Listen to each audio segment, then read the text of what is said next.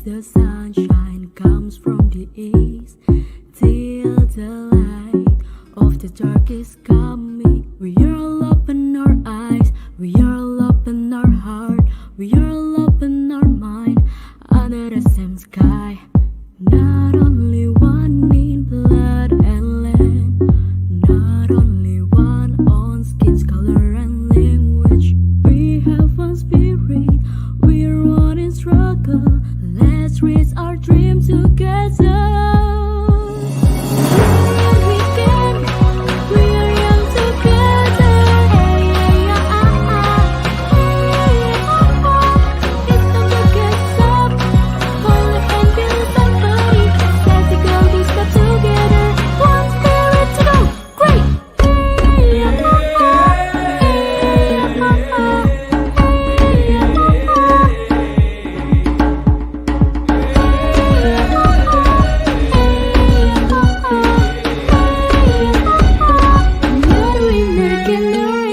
not only one in blood and land, not only one on skin's color and language. We have one spirit, we're one in struggle. Let's reach our dream together.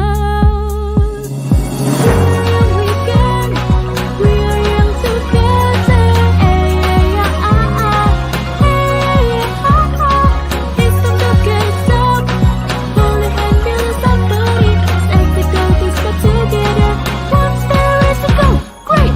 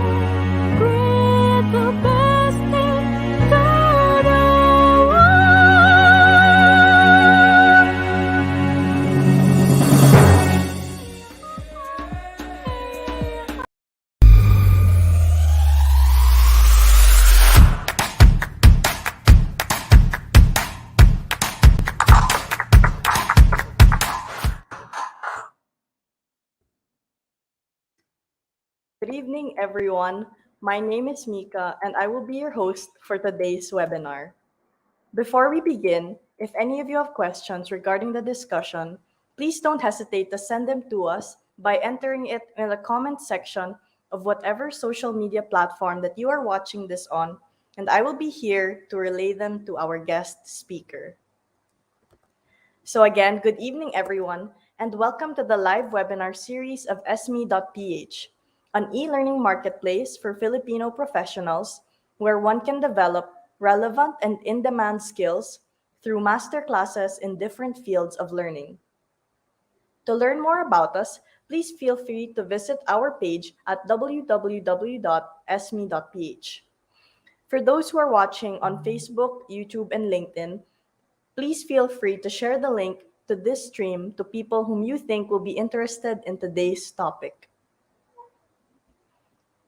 So, this webinar is in partnership with the Rotary Club of Alabang Madrigal Business Park, District 3830, Zone 10A, a five-star Rotary Club of dynamic and fun-loving visionary leaders of the community who are wholeheartedly giving back to the society through service and advocacy.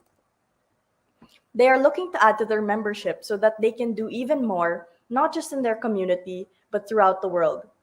If you are looking to make a contribution to the welfare of others and see yourself as a person who can live up to their motto of service above self, all the while having fun and enjoying the fellowship of club members, then you should join the Rotary.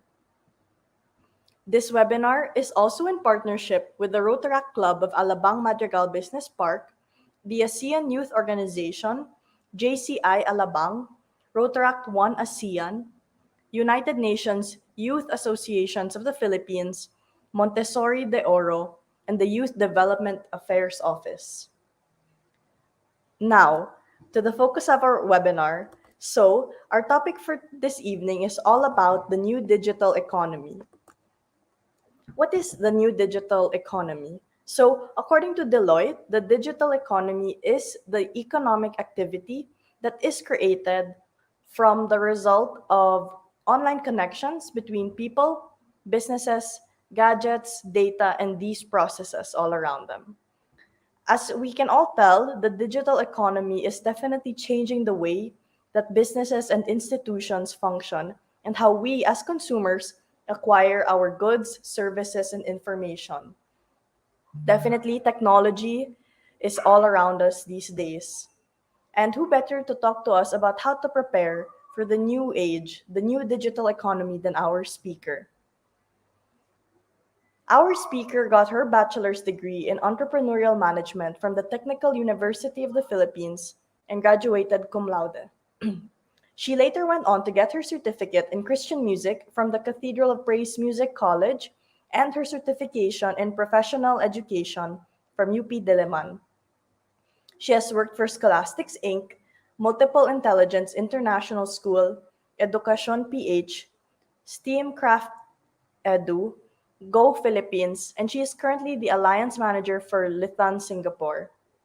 Ladies and gentlemen, let us all welcome our speaker, Miss Kristine Faith Elona.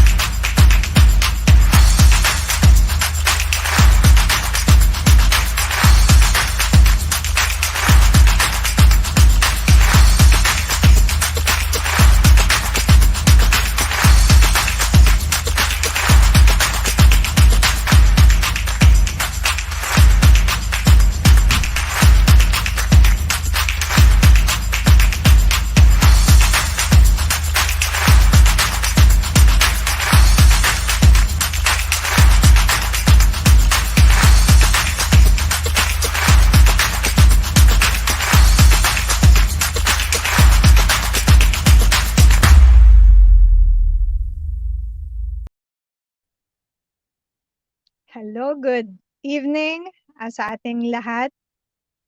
Yeah, I hope you're all well po no, and safe this pandemic. And thank you for spending your Friday night, your weekend with us no, on a weekend, on a Friday night, 7 p.m. So again, thank you, Mika, for that kind introduction. No? And I hope the video somehow gave you an idea also of what really awaits us after pandemic, no, post-pandemic economy na tinatawag nila. So again, good evening, empowered youth and young professionals no, of this community.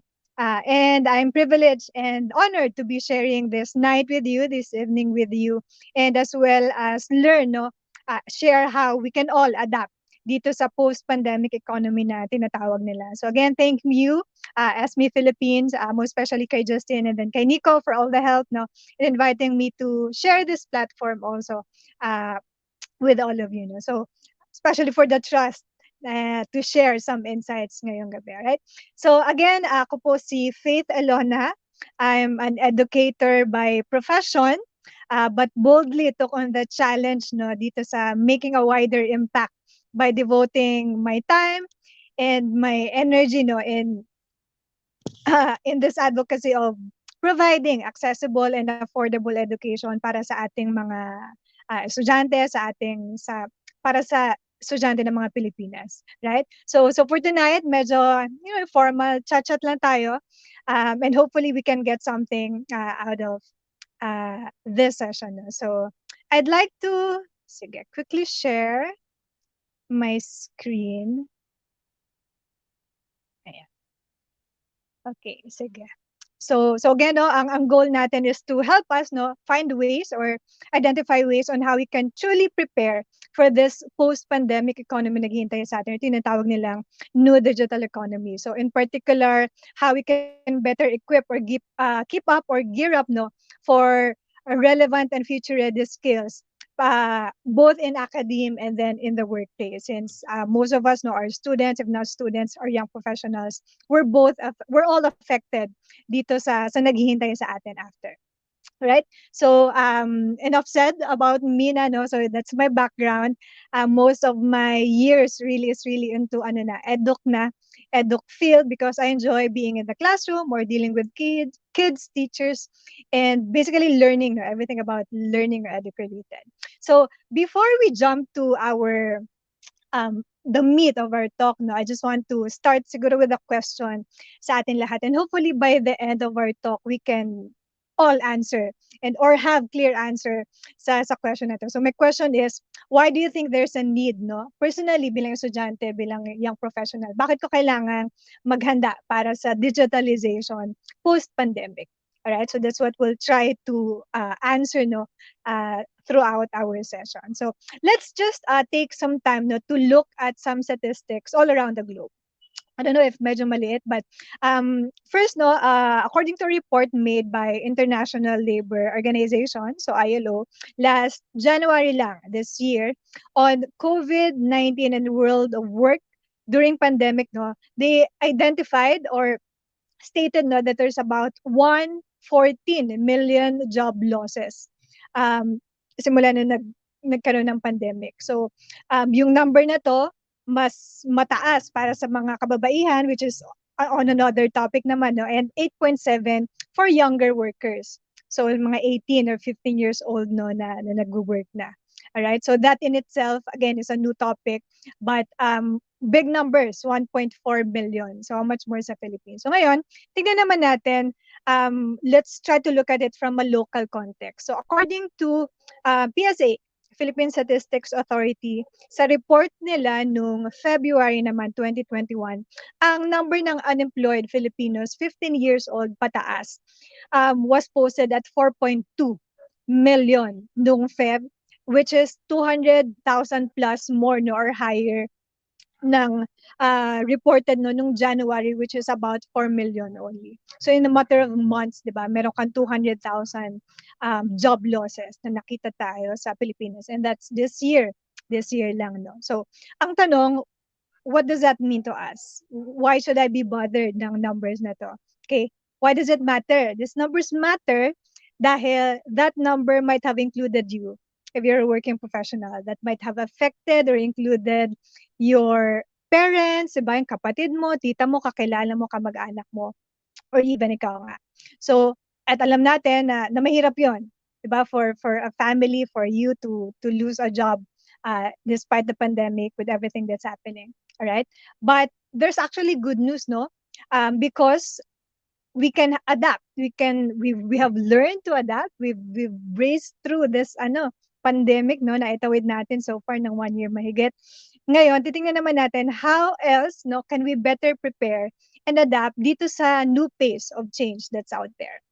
Right? But before I jump to some good news, no, let me share again ito, shed some light at the end of the tunnel, share some light at the end of the tunnel. Sabi naman ng APEC, in their study on closing a digital skills gap, they've identified that there's a growing demand for digital skills in 5 countries. That's Australia, Singapore, Canada, US, and New Zealand. Alright? So again, yung hina-highlight nila, no, the growing demand, despite these job losses na nakita natin sa pandemic, di ba, with automation, for IR, there's still that growing demand of for digital skills in the workplace. All right. So specifically if you have more time na you can read through the report, hinighlight nila na yung basic digital skills, such as, basic literacy, computer literacy natin, no, are in high demand in many occupations or in many careers and are highly transferable.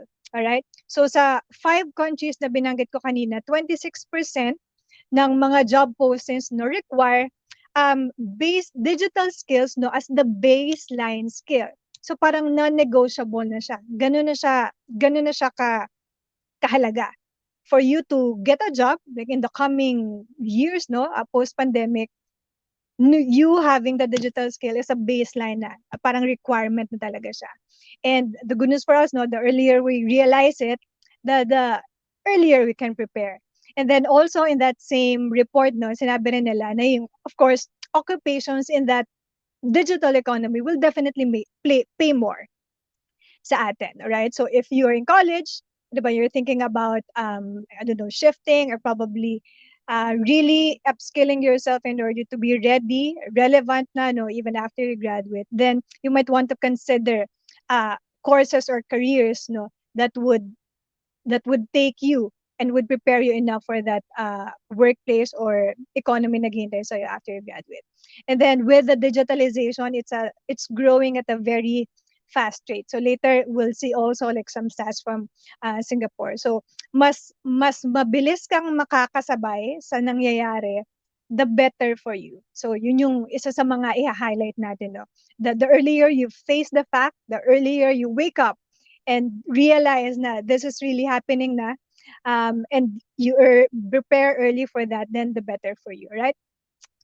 So ngayon, tingnan naman natin yung after we've seen the global stats, no, local stats natin, tingnan naman natin yung some data from like a nearby country, no, mas malapit sa atin, si Singapore. So the goodness is that despite, no, itong job losses all around the globe, Asia Pacific region, they're still in Singapore alone, no, they need 1.2 million job opportunities over the next 4 years.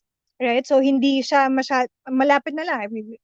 Matatapos na tayo ng taon, so 3.5 na lang almost, no.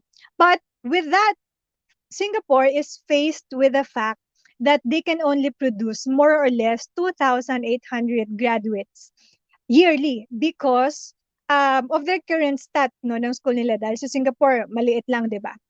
So yun lang yung kaya nila i-produce. So saan nila kukunin yung 1.2 million jobs? Alright, so for those of you pala who are not familiar, so sa report na ginawa ni TechCrunch,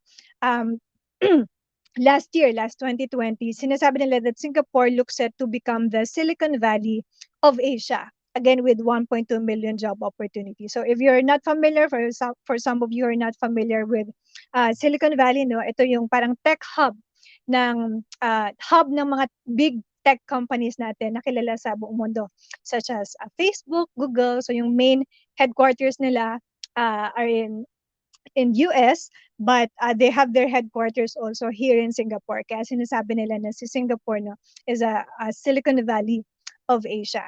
So what does that mean for us, no, Philippines, neighboring country natin?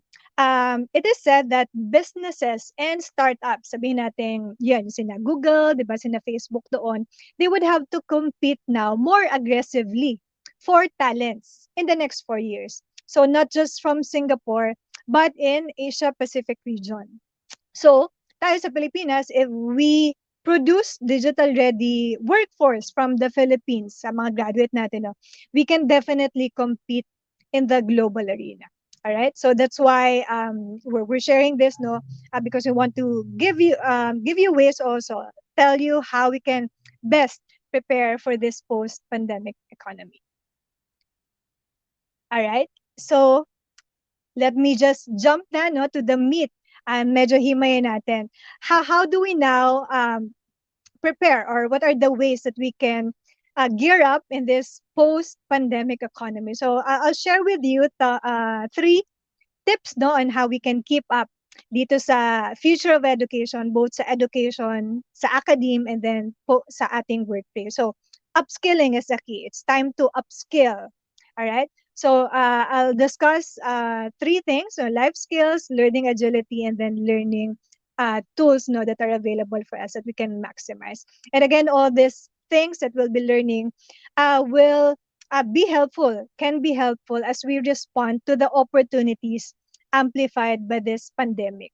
Di ba sinasabi nga nila, if life gives you lemons, make a lemonade. Tama ba yung saying ko?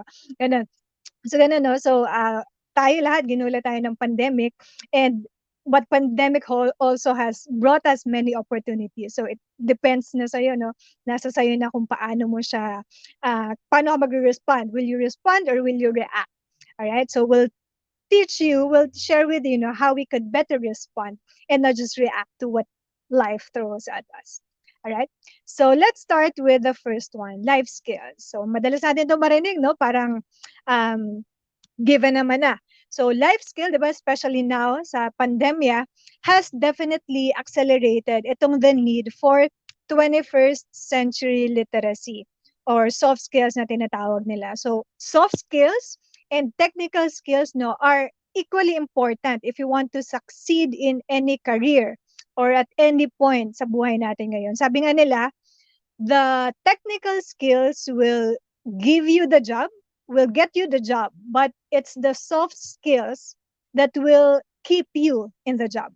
Ulitin ko yun, it's the technical skills that will get you the job, but the soft skills will keep you in the job. Which is tama, di ba? Two-prong siya, no? Magaling ka, perfect mo lahat ng exam mo, di ba?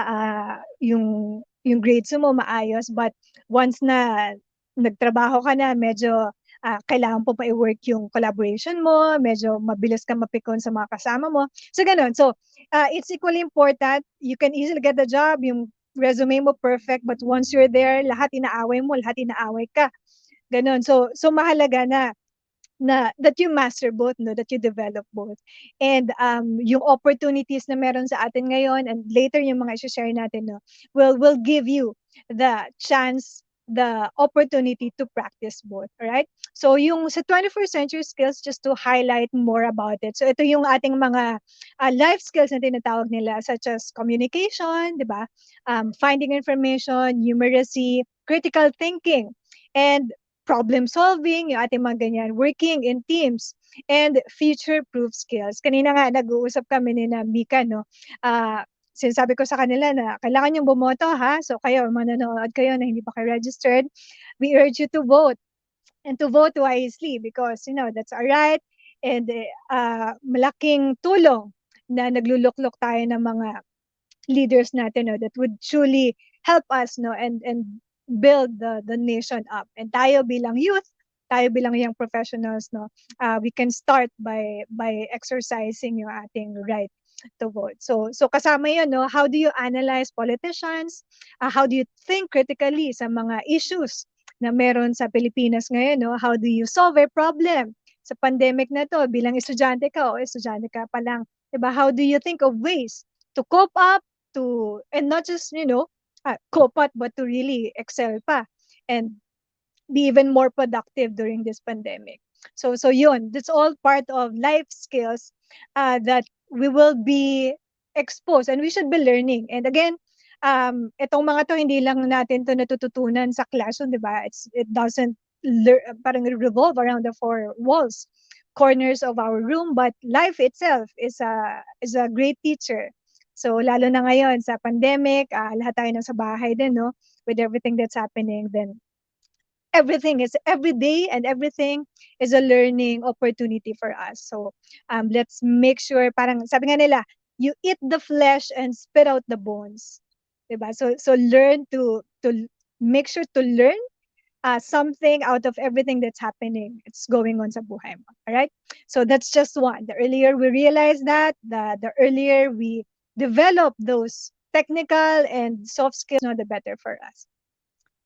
All right. And secondly, is learning agility. How do we better gear up, prepare for this one? Learning agility. So let's first define being agile. Ano ba yung agility?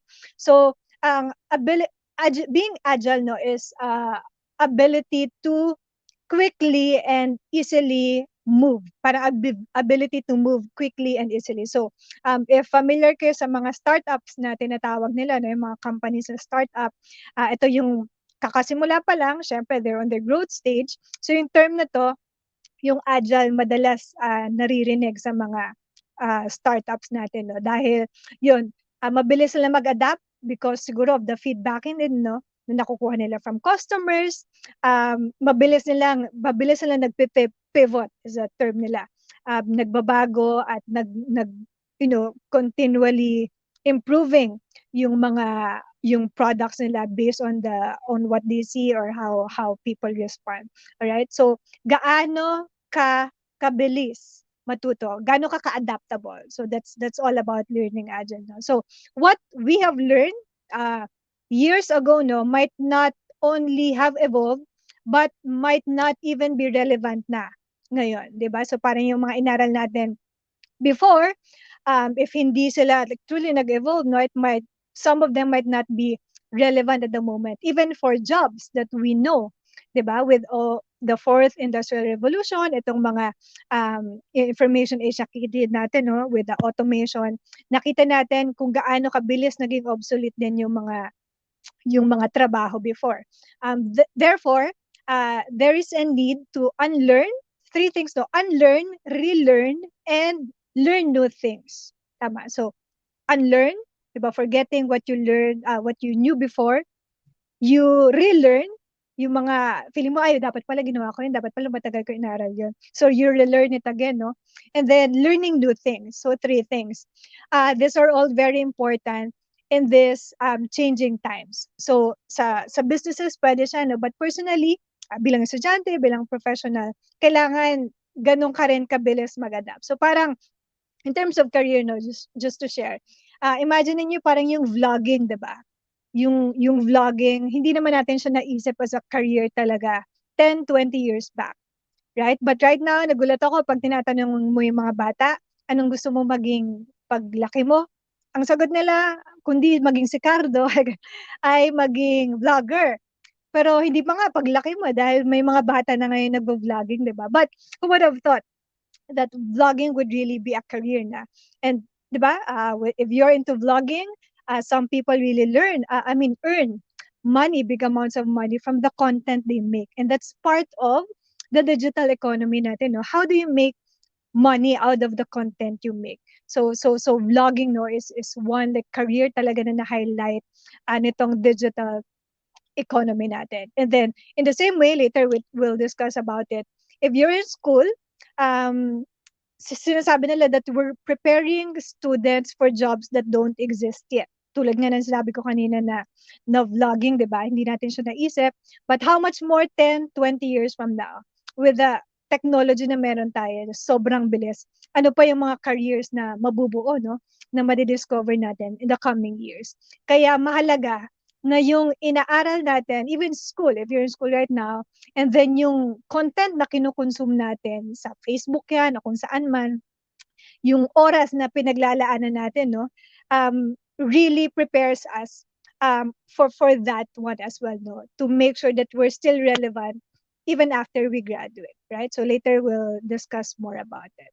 All right, so just to share also, no, on this learning agility, sa article na pinost, no, ni Harvard Business Review, may isang yung UNICEF representative nila for young people in innovation explained how we can adapt to this VUCA world. So if you want to know more about it, no, VUCA is volatile, uncertain, complex, and ambiguous world. So there's a whole new study about that pa. But according to him, uncertainty is the only certain. Uncertainty is the only certain, and change is the only constant. Di ba parang ang ganda yung status yun ngayon, no? Ulitin ko, uncertainty is the only certain in the world, and change is the only constant. So ironic siya, very ironic. But totoo. So all of us have to develop this resilience and embrace change. 'Di ba? Hindi na tayo pwede magbulag-bulagan na wala pa tayo sa digital economy because we're into that na. Alright? So again, pilit kong ipupukpok, no, na the earlier we realize that we are now living in that digital economy, the better for us because maa-align na natin, no, yung career na kukunin mo kung magka-college ka pa lang, yung content na i-consume mo instead of, um, uh, spending your time on things na, I don't know, for you siguro, menial lang, or masyadong hindi masyado productive, then it's time for you to evaluate also. Okay? So, for example lang, no, dito sa learning agile natin, sa mga accountant, kung meron ko tayong mga BS accountancy students dito, di ba parang before, pag accountant ka, yung basic Excel sheet is okay na, 'di ba? For you to, how to learn how to input mga formula natin, basic Excel sheet. But with the new digital economy, if gusto mo maging accountant, hindi na lang sapat na marunong kang mag-input or mag-manage ng Excel sheet. All right? The need to learn about Power BI, for example, ng Microsoft, no, or data science, data analysis, is not just a plus, but it's a baseline skill na. Balikan natin yung stat kanina, no? Yung digital skills, hindi na siya extra lang, hindi na lang siya plus. It's a baseline, basic foundational skill na nakakailanganin mo kung sa naghihintay na workplace, no, sa new digital economy. So same way, um, if accountant ka, hindi na lang pwede yung normal na yung natuturo natin na babasa natin sa textbook. But the earlier you realize na you have to read more, you have to take courses on Power BI, certifications, the better for you, right? So another example natin, na nakita natin how people have become agile, no, is itong ating mga celebrities, ating mga artista, 'di ba?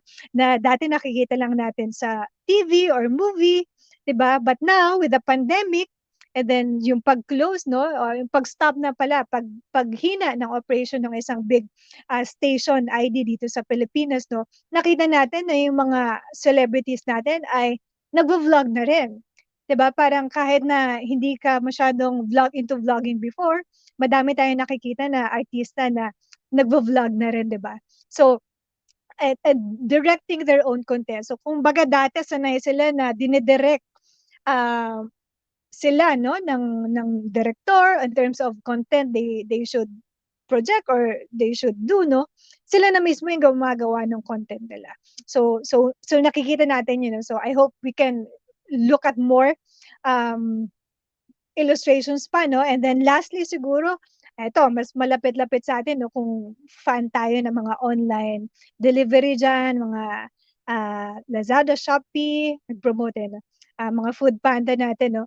Kung ikaw ay normal or parang nagtitinda naman talaga, no? Kunyari, sabihin natin may sari-sari store kayo, um, you will learn to adapt also, or may karinderya kayo, no? Before, hindi ka nagpapa-deliver, but with the pandemic, no, na everyone's into that, um, gagawin mo din, explore mo yung delivery option for your shop or for your restaurant, no? Because not just because everyone's doing it, no, but it's more of a need for you din. Pag di mo ginawa, wala kang benta, magugutom ka. Kung karinderya tayo na parang everyday natin pinagkukuhaan yung canteen natin, no? So yun, those are just some illustrations, no, on different careers, industries, kung paano natin nakita kung gaano din kabilis mag-adapt yung mga Pilipino, tayong mga Pilipino, sa binibigay sa atin na ng buhay, ng life, no, especially with the pandemic. Right? So that's one.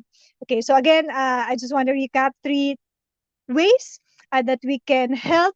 3 principles actually is more of like mindset or principle that we can keep in mind as we prepare for this post-pandemic era. So learning life skill, yung ating learning agility, and lastly is yung ating learning tools naman.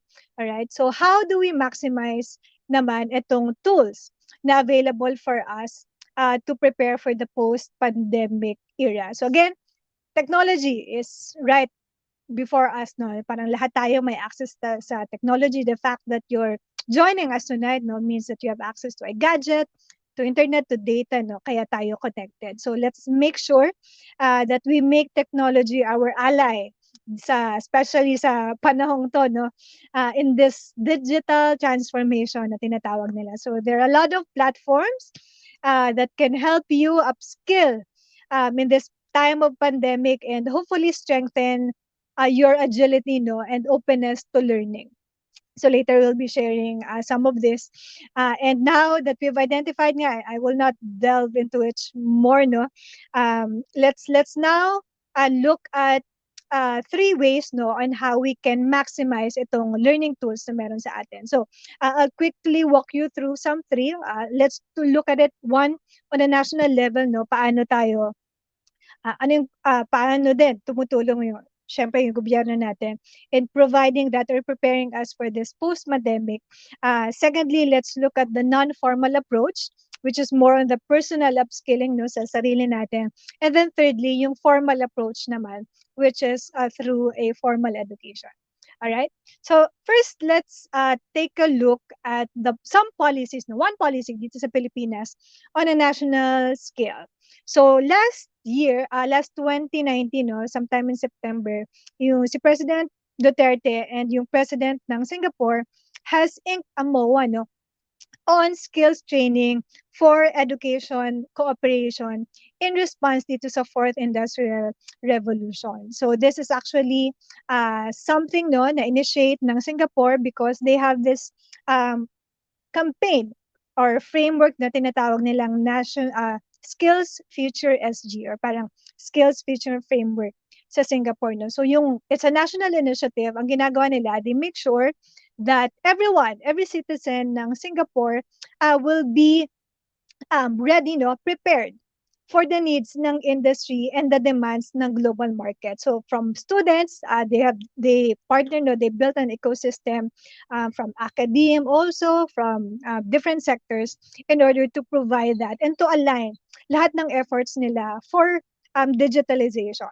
All right. So now, dinala nila sa Pilipinas, no, with this partnership na magkakaroon tayo ng parang Philippine Skills Future Framework na ganun. All right. So and just early this year, June pala, mid this year, no, 2021, early this year, sorry rather. Si INEC na nila nag-start na logistically, no, yung campaign na to. And personally in the company that I'm in, no, we're part of the committee on logistics and BPO. All right, so later we'll share more about it. But ang goal natin, in partnership of course with DTI, we have CHED, we have TESDA, and PRC, no. Sorry. For a while. Okay, so they partner, no, with all these industries, different industries, to prepare tayong mga Pinoy din, no, for the needs ng industry and the demands ng global market. So from the academe, parang taking care of the supply, no, mula sa ating mga estudyante, ano, nandiyan si TESDA, nandiyan si CHED, no, and incubating them through this program, no, for them to be ready sa workplace na naghihintay sa kanila after they graduate. So that's the whole concept, no, of this policy. And ang ginagawa nila, since different industries nga, no, they're making sure na now that they're drafting that campaign or that framework, we can be assured that if, for example, your school or your company is part of this drive, no, yung inaaral natin, yung aaralin natin will be aligned sa goal, no, ng framework na to. So that's one good news, no, sa atin din because yung Singapore is also kind enough, no, to extend this help sa atin para tayo din, no, could keep up and on a national level, no, be really prepared for this post pandemic era natin, right? So that's on a national level. So now more on the non-formal naman, non-formal education, as I would call it, is the personal upskilling. So medyo maliit lang. I will you can take a picture if you want, but I just want to share, no, some of the courses or free courses, no, that you can look into, you can browse through in order to equip yourself with many skills, no, and relevant experience also for this digitalization. So of course we have our very own ESME courses. So after this or later, you can go check out their courses, no, for they have wide array also of topics and even masterclass. So you can check that out. I'm sure there's something that will interest you. And also, just to share, no, if you haven't tried this yet or you haven't visited them yet, yung TESDA ay nag-o-offer din ng free online courses sa atin. So there's a lot. I heard from friends also na maganda nga at natuwa sila sa mga courses ng TESDA, no. And then you might want to explore that also. And just some uh, yeah, no platform. No, we have LinkedIn Learning, Microsoft Courses. They have free courses also.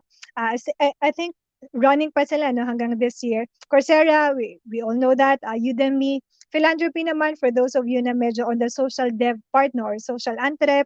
Meron tayo dyan, Acumen Academy also or Acumen Plus sila dati no. Pwede nyo rin siyang tingnan. Allison, they have good courses on data science then data analytics. They have both free and paid naman. And then speedycourse.com also, they have certification courses on that one. And just to share also, this is not a course, but one thing you can maximize din no, is yung mga available of scholarships na meron or certification nga na binibigay. Like for example, yung FTW scholarship, wherein it's for the women naman siya. So for all the women are there, yeah, pwede nyo explore, no, they give scholarship if digitalization or parang do you really want to pursue a digital career no career in digital economy, then they're providing scholarships for those devoted no and willing women, so you might want to explore that. And of course Amazon may mga ganun din sila. Okay, so yun siya, ang sinasabi na natin no, personally let's take time, let's devote time also to learn on our own no, on how we can better ourselves when it comes to not just studying no, but even preparing after graduation or after schooling no, for the workplace. All right. And lastly, I just want to highlight also yung formal education. So how else can we maximize the technology no para sa sarili nating advantage no in terms of formal education. Okay? So you have to choose a course that would give you an edge. So I'll be sharing with you what we're doing no, what we're doing sa Philippines and actually sa Asia Pacific region. And this might be something that you can share with your friends, with your family, no, or even for yourself. You consider for yourself. All right. So this one is my favorite meme actually at this point, no?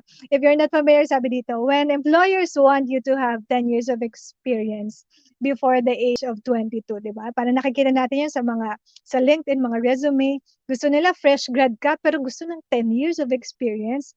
So kung ganun mangyari, dapat kinder ka pa lang, nagtatrabaho ka na, di ba? So parang ganun. So these are preschool siguro itong mga to.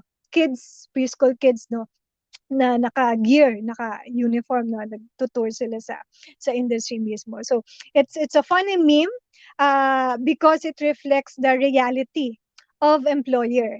And again, the earlier you realize that this could be a reality for you, na hindi lang siya meme where others are making fun of it, it could be a reality for you, no? That by the time you graduate from college, may work experience ka na kaagad.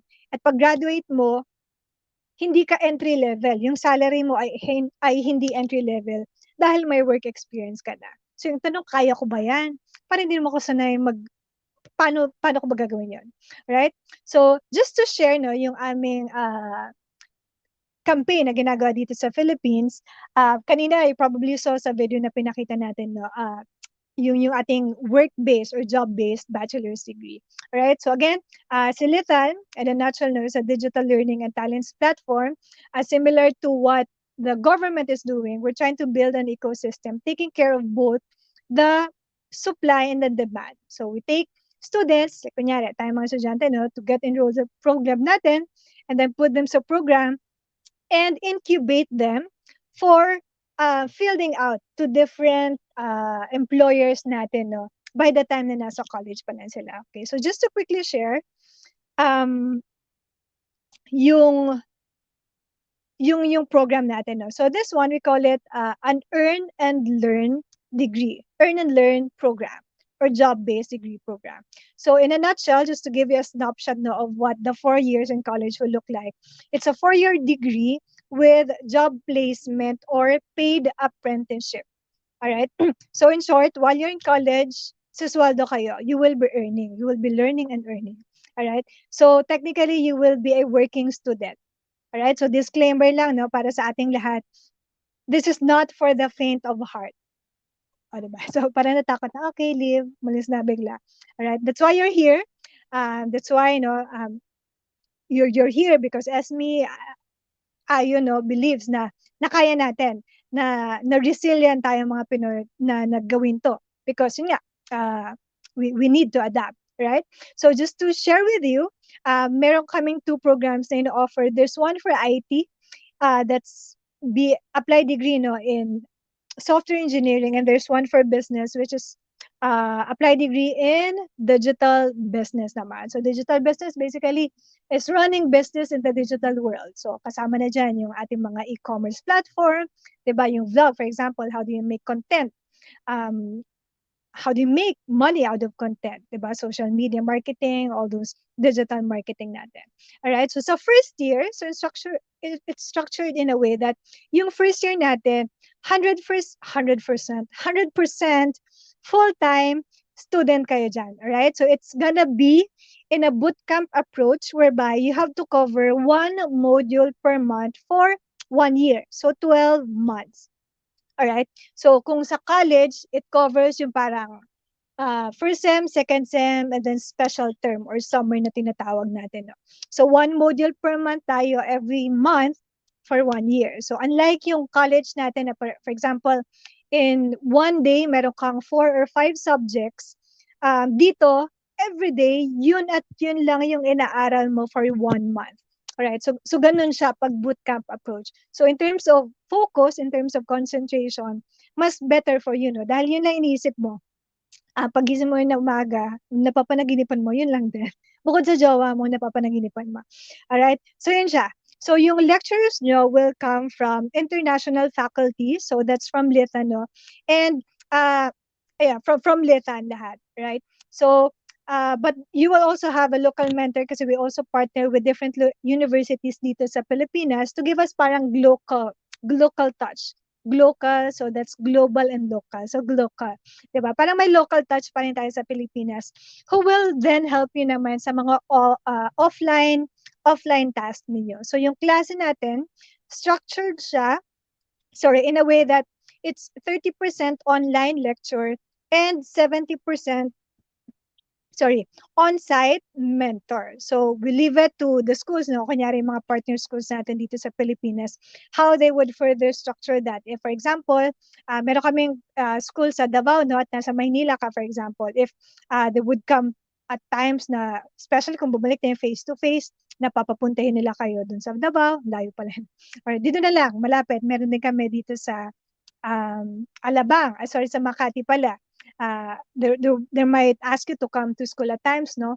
And not and to see them, to see your teacher. So dependent sa kanila. But in itself, for Lithan, all classes can be done online. All right? So that's the first year natin. All right. So now, starting second year hanggang fourth year, dito na magsisimula yung apprenticeship ninyo. Right? So wherein you'll be working full-time in the day and studying part-time for 600 plus hours, no, either at night or during weekends. So again, we leave it to the school, like local schools, no, na partner namin, kung paano nila kung paano nila gagawin yun, right? So dito, I just want to highlight siguro yung pinagkaiba ng apprenticeship sa internship or on-the-job training na mas alam natin, no, mas familiar tayo dito sa Pilipinas. So sa apprenticeship kasi, you will literally be employed and you will get salary from your employer. So unlike internship, siguro kami din, no, minsan may disconnect, no, sa course mo, sa inaral mo talaga, sa pinagagawa sa'yo nung nag-OJT ka na or nag-internship ka na. Like for example, business ad ka or business course, no? Tapos yung typical lang this is just me based on experience, sa mga nakita ko, narinig ko. Minsan yung filing lang, 'di ba? Mag-file ka, magtawag ka, mag-photocopy ka, magtimpla ka ng kape. Hindi ko alam kung may ganyan pa ngayon. Pero nung araw, tanda na.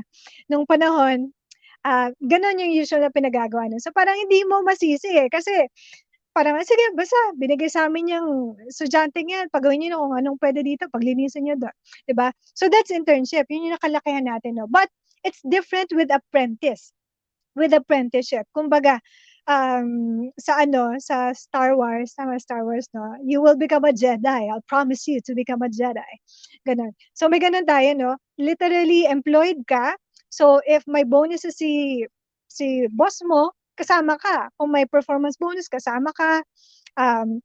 Puwede kang mag-negotiate ng salary mo kung feeling mo na-exceed mo yung ginawa mo. So literally, they will treat you as an employer talaga. So nakakatuwa lang kasi ngayon, meron kaming apprentice 'no, sa company namin, and hindi talaga namin siya tini-treat as parang internship. We never treat him like that. Kung ano yung ginagawa talaga ng like marketing, ano kasi siya, digital marketing. Kung ano talagang ginagawa before ng mga kasama niya, yun talaga pinagagawa namin. Hindi namin alam edad niya, kung ano man, bahala siya basta gawin niya.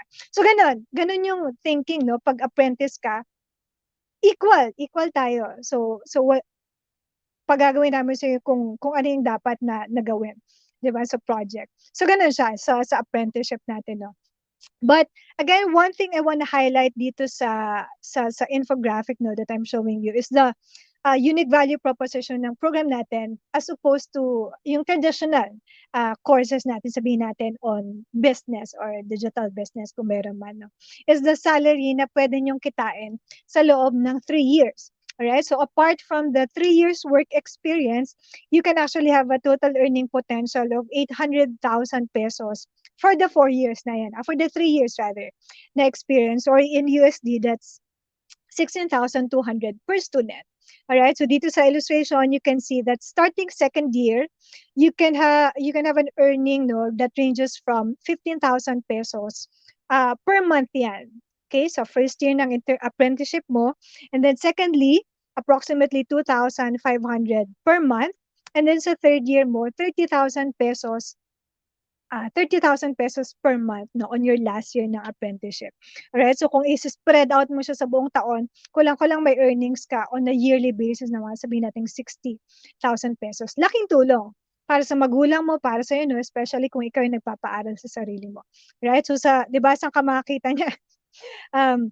As the first in the Philippines, the first in Asia Pacific region, na finally education to employment, but you'll be earning while learning, no? So parents, laking tulong sa ating mga magulang because you will be relieved, no, of paying the tuition by second year pa lang because your allowance or your salary rather would be contributed or to your tuition. So may extra ka pa. So it would be more than enough. Your salary will be more than enough to cover for your entire tuition ng buong taon. So technically first year lang mag-shell out si parents no kayo, and normal scheme din tayo sa kanya, right? So later we can take it offline. If I'll flash my email no, if you want to learn more about this program, then feel free to shoot us a message. All right. So similarly, just to share also, so this is for our undergrad, no? We have a similar program naman for professionals, for young professionals. If you're fresh from college, no, and are looking at taking or pursuing masters, no, if you don't have job at the moment. So this one naman is a work-based masters. Similar siya, same approach, no. First 6 months, meron tayong bootcamp, and then starting 7th month until your 18th ba yan, until second year mo, no, you will be placed under apprenticeship. So kunyari ngayon, fresh grad ka, ayaw mo magtrabaho, natatakot ka pa, so this might be something you can explore, no, by your 7th month, if you enroll, kunyari, sabihin natin November, by 7th month mo, working ka na. At the same time, may master's ka pa after 2 years, diba? So same thing, we have two specialization no, on business and software engineering.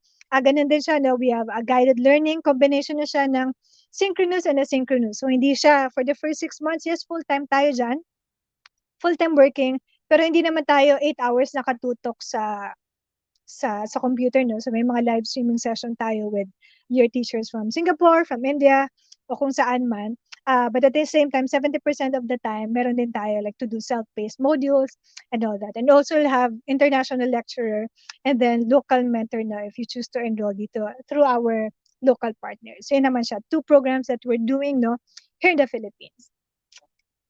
All right. So this I think is my last slide na. Pagod ako dun So again, with that, no, I hope I was able to somehow give you an idea or to parang get your feet wet into what awaits us sa post-pandemic era, no, in terms of the new digital economy. So again, balikan natin yung question natin kanino. Why is there a need for tech, no, to go prepare for digitalization now more than ever post-pandemic era? And hopefully, tayo bilang mga youth, no, let's empower one another in building our nation, no, supporting each other in our journey towards economic empowerment. So before I end, I just want to share this quote, no, that says, "Future belongs to those who prepare for it." So the earlier we realize this, no, and face this fact that there's no going back na to the normal. Sabi nga nila, no normal or better normal. No? The earlier you realize that, no, even sa work at sa na pinapangarap natin sa career na gusto nating i-take, no, the earlier we adapt, the better for us, right? And I also just want to share one passage, no, from the Bible. In Philippians 4:13, sabi doon, whatever I have, wherever I am, I can make it through anything in the one who makes me who I am. Alright? Sabi doon, so no matter how uncertain, di ba? Hindi natin alam kailan matatapos yung pandemic. No matter how uncertain our future is, knowing that there's a bigger C than COVID, di ba? That's Christ. We can definitely do anything, no, with God by our side. So I hope pagka sobrang pagod na tayo, kailan mo matatapos to? Let's find that that light, no, at the end of the tunnel, that we have a bigger God, we have a bigger sea, bigger than COVID, to help us with anything, right? So with that, I want to thank everyone for your time this evening, no? I'd like to call again si Mika to answer or to any of our questions if we have. Thank you very much, Miss Faith. It was a very insightful talk. I think one of my favorite lines na sinabi niyo po was na technical skills will get you the job, pero it's the soft skills that will keep you in the job. Kasi I think that's so true na it's not just how much you know in your field, it's also about your other competencies like yung pakikisama mo sa ibang tao, how you treat other people, your work ethic, and so much more. So I think it's a very relevant topic na rin yung how to prepare for the digital economy. Lalo na everything is online these days, from transactions, education, everything na po talaga. So, moving on to our question and answer po. Our first question is, what made you interested or passionate about the digital economy? Yeah, more than actually the digital economy, no? Siguro yung sa sa academe, I just want to highlight siguro sa academe since nandun ako, no? Digital economy for the academe part. Apart from, like education or teaching is really my passion. At new experience ko, is really more on the school setting or education. What really made me so passionate is really the love for learning siguro ganun. Kasi nga sinasabi natin hindi mo lang siya sa classroom makukuha eh. Parang life in itself talaga is the best teacher, So parang ako, I advocate for all forms of learning. So I've been exposed formally, I taught formally, in a school for 4 years. And then now I'm exploring with the EdTech, with all the startups that I've joined, in the education technology.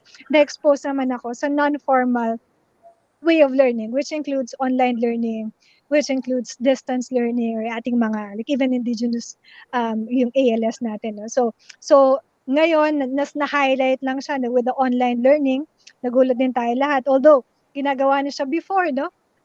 Pero sa atin parang, like, kunyari sa teachers, no? Before yung para ka mag-PowerPoint, parang ano na lang yun, extra na lang. Pag bibo kang teacher, magpa-PowerPoint ka. But ngayon, with the pandemic, parang force na talaga. Sabi ko kanina, baseline, foundation skill na yun, na kailangan mo mag-flash ng ano, di ba? ng Opo. PowerPoint. Although we recognize no in some places naka-modular pa rin tayo. But yun nga the earlier you realize and you adapt no quickly sa nangyayari sa atin, the better for you. So I think just to go back to the question no, my advocacy for learning, the the love for learning in all forms of learners din no, from those who have access to technology to 'di ba sa simula bata hanggang adult education. um yun yung ano parang driving factor natin, parang telling them that you know we should keep on learning. Yeah. That's a very good answer po. Thank you for that. So our next question is, how do you think the pandemic has affected the digital economy or the transformation to digital? More positive po ba? Hmm, positive and negative, parang gano'n, eh. But, yun nga, parang it's not parang saying half ano yun, glass half full or half empty, gano'n. But, it has its pros and cons 'no. But, yung nakita ko lang 'no, how pandemic has affected yung, digital economy, it actually heightened talaga. Sabi nga nila, para tayong finorced dry run ng ano, what future will look like talaga in terms of education and in terms of workplace. Balikan ko yung sa illustration na binigay ko kanina 'no, yung sa accountant natin. Ah, 'Di ba parang mas, lalo na yung accountant na before parang basic skill ka lang talaga, but now, you're forced na 'no to really upskill yourself in learning, like Power BI and data science, data analysis also, to be able to parang keep up sa mga nauna na o sa naghihintay sa inyo. And, ngayon nakita na rin natin, on the business aspect naman 'no, parang yung Zoom na lang 'di ba, na I think pinakasikat pa rin at the moment or parang nagagamit based on my observation at sa meetings natin ng con 'no. Parang before hindi naman talaga natin alam talaga yung Zoom 'no, but they've been existing for quite a long time. So parang itong mga online platform, yung mga LMS, mga online, everything online related sa eduk 'no, has been uh, has been amplified din, and are growing at a rapid speed, given the pandemic. So personally, like for our company, no, we've seen like 600% growth, no, more than like 100% growth in the past year lang because of the pandemic. So for that kind of business no, na nasa edtech na who's been doing that for quite a long time, it it had it helped them a lot in terms of growing their business more, expanding their business more. But we've also recognized nga na sobrang dami rin talagang nawalan ng trabaho because of that, no? And we of course we feel for them. Yeah, so hopefully in the coming days, in the coming years, no, we'll see more positives, no, sa Pilipinas, sa buong mundo, as we continue to walk in this post-pandemic era na sinasabi nila. Opo.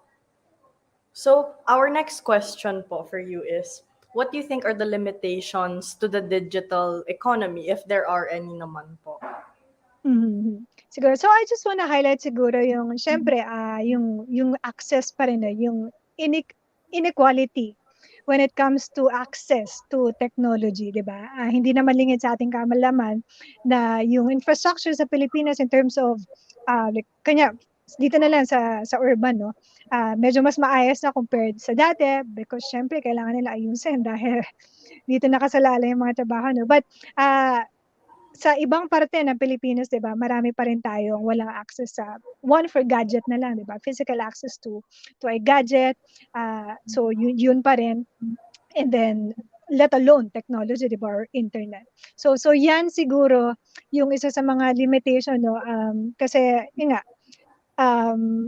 knowing that this is ahead and wala ka talagang access, paano na lang 'no. Kaya it's very important nga, again with the national policy 'no na meron din to really tap din different sectors, different industry, to come together 'no and build an ecosystem para #no one left behind talaga. Parang walang maiiwan, 'di ba? Kahit saang parte ka ng Pilipinas, may access ng internet o wala, nagtutulong-tulong lahat. Gobyerno, 'di ba? Private sector, NGO. Dahil si bata, si pamilya, yun lang naman gusto niya. I just want to survive, make sure that my Opo. family can survive also in the long run. But wala akong access, wala akong opportunity. So, yun, we're knocking at the hearts din ng mga industry na to help, open their eyes, bumaba kayo sa glass kingdom nyo dyan at tingnan nyo nangyayari sa baba para totoong matulungan nyo yung tao. So yun siguro, we just need to tap more people to help build that inequality when it comes to access to technology. Opo, I think that's so true. Lalo na a lot of children or students are not allowed cannot enroll because wala silang Mm. gadget, or lalo na Oo. po last year during lockdown Mm. na bawal lumabas yung mga estudyante, ay yung mga bata, Oo.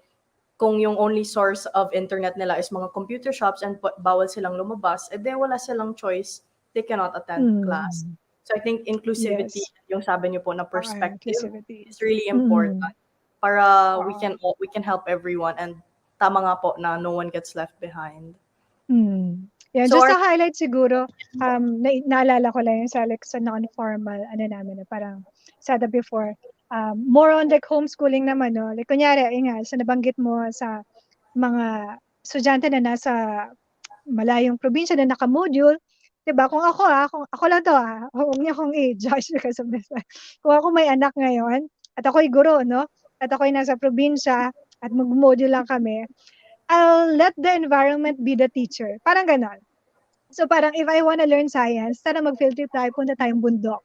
'Di ba? Let's learn about falls. Instead of learning it sa papel, no? Ito yung tsura ng falls, ganyan, ganyan. 'Di ba? Why don't you expose your kids to to what science really is? 'Di ba? Maglaro ka sa putikan, 'di ba? Mag-observe ka ng mga hayop diyan, ng nature, all those things, 'di ba? Mag-experiment ka sa nature mismo. So, what I'm saying is, um, yun nga ba, when life gives you lemons, 'di ba, make lemonade and eat the flesh without the bones, you really have to adapt. So, challenge yan para sa mga magulang natin na nasa probinsya nga. Although, mas mahirap yun. Kasi not everyone is, parang really into like homeschooling na, ay, opo. hindi ko enroll yung anak ko, ako na magtuturo.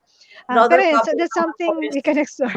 Oo. kapag busy or tired na rin yung parents after Oo. home work. So that's another Mm. problem naman also. Oo. Kasi sila na Exactly. nagiging yung teacher ng estudyante, lalo na when the Mm. classes are all online. So I think that's Oo. another problem nga ulit po.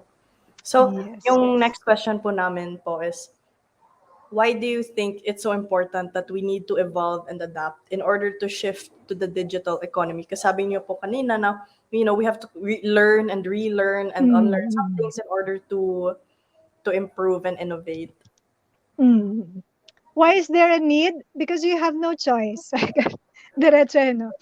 Because there's no going back. Sabi sa Ched, if you saw like the report ng Ched, or article by Ched, sabi nila, there's no going back. There's no going back to the old ways of doing, like, kunyari, education. Parang, this is the new normal. This is the better normal. I think that's a better term. Better normal, no? Online learning is the way to go. So yun parang, yun na, it's not happening 5-10 years from now, hindi siya malayo, nandiyan na tayo, nandito na tayo So yun nga, I would keep pounding doon, no, na the earlier we realize, the earlier we embrace that we are in this era, in this economy, no, the better for us. Kasi okay, sige, okay. Ano na gagawin ko? Parang ganun na, 'di ba? You learn, parang you roll with the punches, sabi nga nila. And yeah, this is the new normal, this is the better normal, and we really have to adapt, no? There's no way to go but adapt to what's happening. Definitely po. So, Mhm.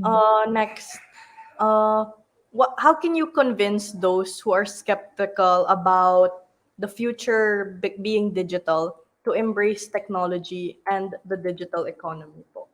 Mm. Yeah. So for me, no, I think it's really more on the mindset din. So if you remember, kung babalikan ko yung presentation kanina, yung 3L na share ko, no, yung life skill, yung being agile natin, it's really more of like principle lang, like mindsetting. Ganun siya, no? So, um, again, face the fact and prepare for the future. So, hopefully, yes, hopeful tayo, no, that one day everything will go well, everything will, be better. You can only but hope, no, but we need to face the fact that this is happening, and the only way to go is to adapt. Parang sabi nga nila, when you're down, there's no way to go but up. Parang ganun. And then, you cannot wallow forever. Parang sabi nga nila, you don't get drowned in a puddle. 'Di ba? Parang kung nando'n ka pa rin, sobrang affected ka pa rin ng pandemic, 'no? Parang 1 year ago na 'yun. 1 year nga ba? Parang more than a year na, magtu 2 years na tayo, 'no? So kung nando'n ka pa rin, hindi ka naka-move on, you did not show in life, nalunod ka sa puddle lang, 'di ba? Don't get drowned in a puddle. Get up, face the fact, move on, 'di ba? Nagugutom pamilya mo, hindi ka natututo, kunyari sa modules mo lang, 'no? Or sa online learning natin, parang hindi sapat, parang wala akong natututunan. Parang feeling ko dapat ang hirap ng course ko, pero bakit parang hindi enough yung nakukuha ko sa binibigay sa akin ng teacher. So kaya gaganon. So the earlier you realize nga, no, na madaming learning tools na pwede kang tingnan, madami kang pwedeng kausapin, webinars na attendan, no, and learn from people mismo, do internship or apprenticeship kahit online lang yan, no. The earlier you join the bandwagon in a way, the better for you talaga. So I hopefully this talk would somehow make you think, no, evaluate, hanggang how long have you been affected na itong pandemic? Ang hirap-hirap online learning, wala akong natututunan. 'Di ba? No, forever na lang tayong ganyan. So, get back up, 'di ba? And move on. This is what's ahead. Prepare for it. So, parang parang tidal wave. Parang tidal wave lang yan, 'di ba? You know it's coming, nakikita mo na. Ano gagawin mo? Nakatunga ka lang dyan, 'di ba? So, parang you duck. When you know that something's gonna punch you, you duck. 'Di ba? Hindi ka papasuntok na lang bigla. Opo. Right? So, the same way na, kunyari, sa natin, 'di ba? Earthquake, we all do those drills. Yung the one na earthquake natin, no? So, you know it's coming. It might come one day, hopefully not too soon, but you know it's coming. So, anong gagawin mo? 'Di ba? You prepare. So, this is what's ahead. This is post-pandemic era. You can read more stats about it, not to scare you, but to, face the fact. This is what's happening, and what better way to do but to prepare yourself to it. Mhm. Very, very true po. So Mm. our last question for you, Miss Faith Yeah. po. What advice do you have for anyone who is curious about Mm. the digital transformation or the digital economy, but doesn't know where to begin? Mhm. Siguro start by looking around, observing. Lahat na nakikita natin ngayon, lahat ng ginagawa natin involves digital economy na. Right? From sabi nga ni Mika kanina, no? From your food delivery, 'di ba, to this session, no? Online na siya, sa mga binabasa mong Facebook post or sa vlog na nababasa mo, everything's online. 'Di ba? Doing business in the digital world. How do you make money in the digital world? And it's all around us. Right? We're surrounded by technology. So kung hindi ka pa natatakot na yung mga yan ay mabilis na mag-evolve, at yun nga, tidal wave yan eh. Kung di ka handa, magugulat ka na lang, ay napag-iwanan ka na. Kasi ang tagal mo nagwalo. So yun, start by observing, no? What's around you, and tingnan mo. Like, kunyari, if hindi na ako lalayo, kung meron kayong convenience store or canteen, 'di ba? Na hindi mo na-realize na parang, ay, ginawa ko na pala yun talaga. Basic digital business. Nagpa-deliver ako ng, inopen ko yung canteen ko sa delivery. Nag-online selling ako. 'Di ba? Nag-post ako ng kutsinta na tinitinda. Hindi na nanay mo, ng kapitbahay mo. Nag-reseller ka. Nag-online, nag-live, Facebook live ka, online live. Ano tawag yan? Sorry, hindi ako familiar. Yung mga ganun, no? So yun na siya eh. Yun na talaga. It's out there. So just observe and see opportunities sa ganyan. So syempre, kung mas passionate ka pa, no? Okay, everyone's doing it. Now, how do I make it better? Ganoon naman siguro, no? Parang, okay, everyone's into that, joining the bandwagon, there's no way to go, face it. How else can I see opportunities out of this one? 'Di ba? Ano yung gap sa mga current online delivery na meron tayo, sa mga vlogging, yung mga vloggers na yan, feeling ko mas kaya ko silang talunin. Wow, ganun. 'Di ba? Ano nakikita mo sa mga vlogger na parang mas kaya mo? TikTok na lang. 'Di ba? Sa mga pinapanood natin sa TikTok, how else can you make it more like relevant, more productive?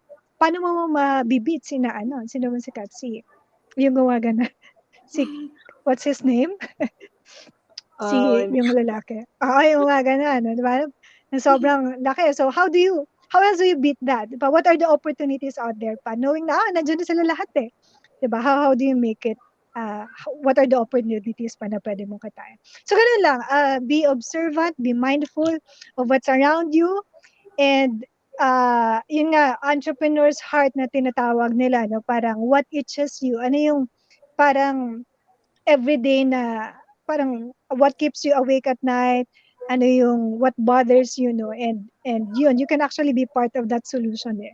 Na hindi ka na lang everyday na inis ka about traffic, everyday na inis ka about internet, bagal ng internet. So, hindi na lang forever na ganun, di ba? So, let's make sure that we are part of the solution, and think of ways also on really making something that would help poor people. So parang tayo Pilipinas, naku, dapat talaga tayo nagtutulungan. Kaya talaga kayo, bumoto talaga kayo, ha? Joke lang. Or if not, ayun, kaya something, yung mga startup natin, yung mga billionaires natin, sobrang babata na, di ba? And I'm sure the next Mark Zuckerberg will come from the Philippines. Wow! Baka si Mika na yun, ha? Di ba? Sa atin manggagaling yan, kaya na, instead of working forever, no, sa MNC or multinational company, create one. Kaya-kaya ng Pilipinas yan. Kaya-kaya ng Pinoy yan. So don't work forever sa mga multinational company. Create one. At bumalik ka sa Pilipinas. Dahil kailangan ka ng Pilipinas. Diba? Panakalungkot na, parang yung mga mga heroes natin before, di ba? Sobrang, mga kaedaran ni Mika, yung parang tanda ko na, no? Kaedaran ni Mika na papakamatay para sa Pilipinas. So ngayon, hindi na natin masyado nakikita, or kung nakikita man natin, hindi siguro masyadong, I don't know, hindi nabibigyan ng importansya. So we need more heroes sa Pilipinas, and again, start by you being you. So ganun lang. Just observe what's around. Do what you can. One step, no, will make a difference. Just make a difference in a small way that you can. Thank you so much, Miss Faith. Sobrang Mhm. insightful ng talk nyo and very relevant, Mm. especially to these pandemic times that we have now. Mm. Sabi nyo nga po, it's the post-pandemic era na, and Mm. we really Yeah. have to adapt. Even during the pandemic, ang daming bata na or even youth na nagsiset Mm. up ng business, turning their Yes, true. passion project or hobbies into Uh-uh. something that they can earn money from.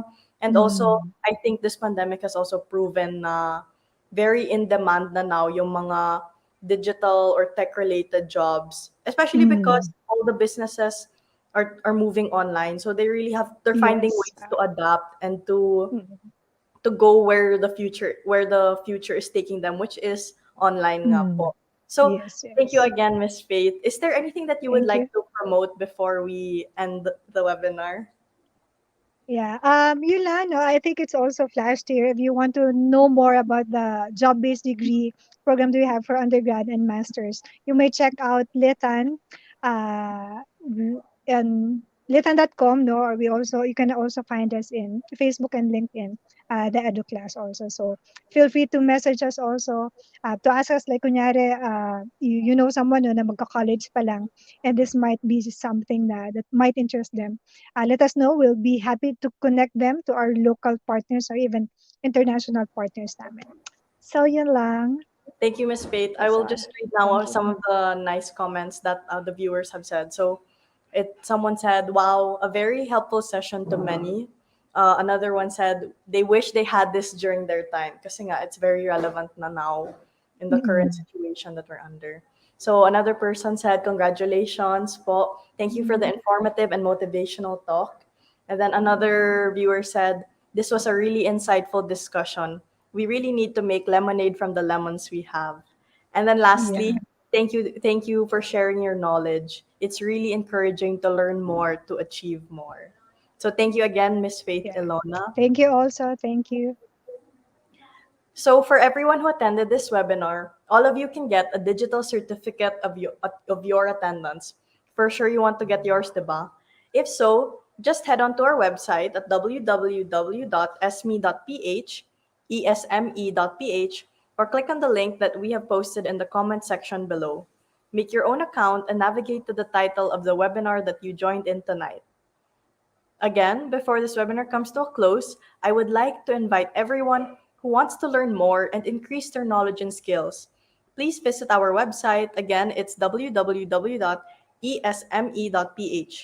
There, we offer a wide range of masterclass courses, those of which you can enroll in based on whatever is relevant to your passion, career, and interests. Again, this is Mika from ESME. Thank you, everyone, and have a good night and weekend.